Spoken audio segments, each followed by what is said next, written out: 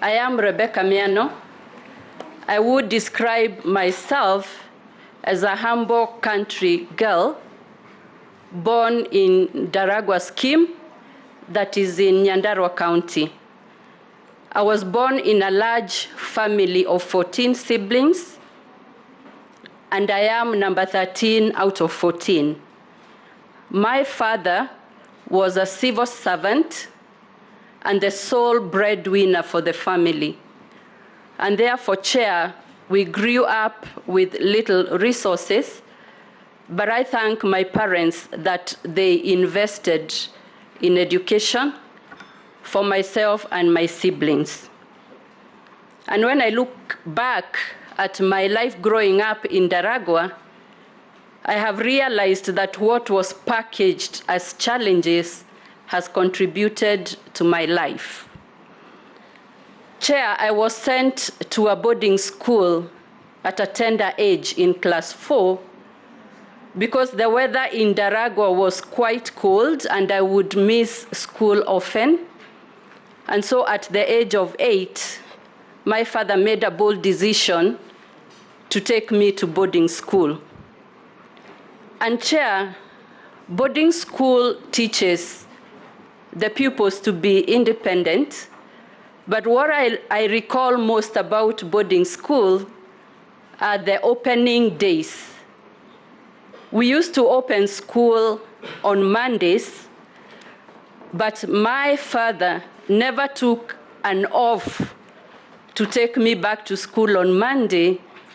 He therefore would take me to school on a Sunday. Mr. Chair, I remember my classmates would describe me as the girl who used to be brought to school on a Sunday when everybody else will come in on Monday. The matron would receive me, Chair, and in the evening would put me in the dormitory. The only privilege I had, she would ask me to choose which bed I would want to sleep on that day. And it was a big dormitory. We had no electricity. And I remember vividly, I used to be very lonely the whole night. Then the following day, I would be alone in the compound until other students arrived around 3. Looking back, the matron should have kept me in her house for that night to make me better, but all the same. So after primary, I passed, and I went to secondary school, a school called Kapropita Girls in Baringo, where I sat and passed my O-level and my A-level in the same school. Again, opening days, my mother would take me to the road. I get to a matatu, and Baringo was quite far. I would arrive in the evening. And my father and mother trusted the process that she has gone, she will close school and come back. And so that's the kind of life I had in primary and secondary school. Later admitted to Nairobi University, studied law, then Kenya School of Law, and I was admitted as an advocate of the High Court of Kenya. I had a short stint in legal practice, and my career detoured into corporate world. I joined the energy sector as an assistant legal officer. And Chair, I grew through the ranks up to what I am now. And I describe my career as a staircase career, where I served in each and every grade that was in the establishment. Some of the roles I served, senior legal officer, later became company secretary and legal affairs director, to what I am now. Chair, there was no elevator or escalator in my career. I steadily rose the staircase, and when I thought I have landed, it looks like there is still another staircase that I am here to discuss with you today. Chair, in the energy sector, I am proud of many achievements, and the one I'll point out is being able to steer a company that has provided security of power in the country.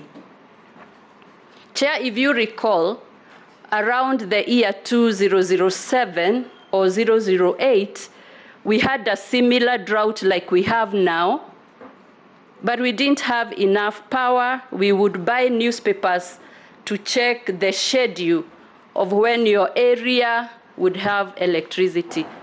Right now, we do not have water, but we still have electricity because of the diversification of power generation, especially venturing into geothermal. We have done many other things. Kenya is now number 6 in the world in terms of geothermal development, which is something to be proud about. And there are many other achievements that I have included in my CV.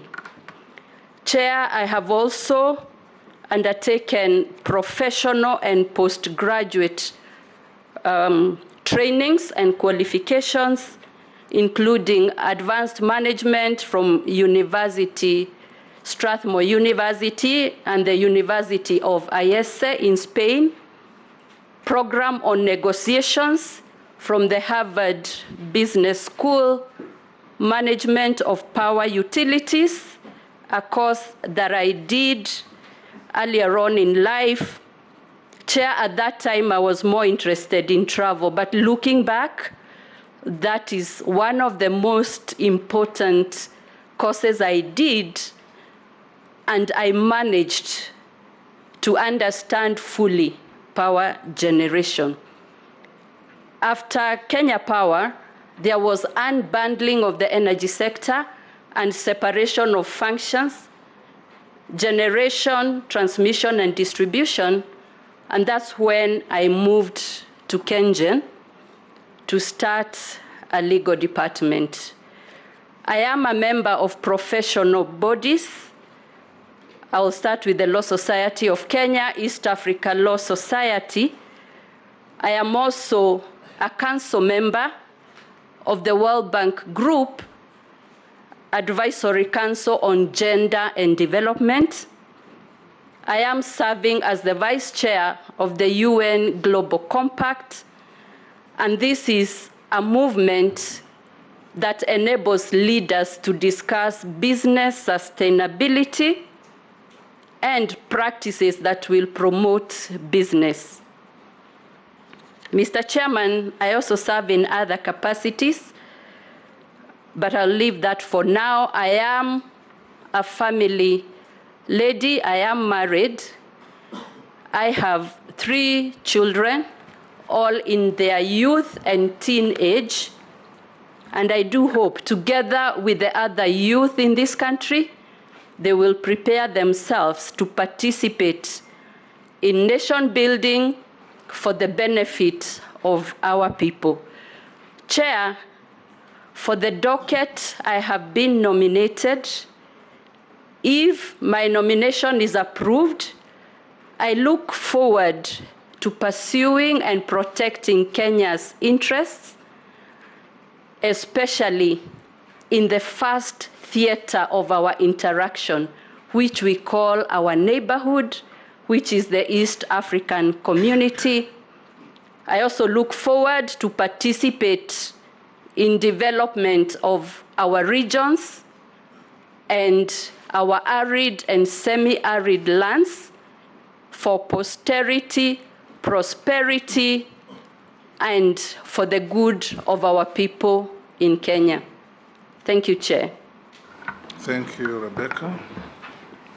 We'll now open up to questions, comments from members of the committee.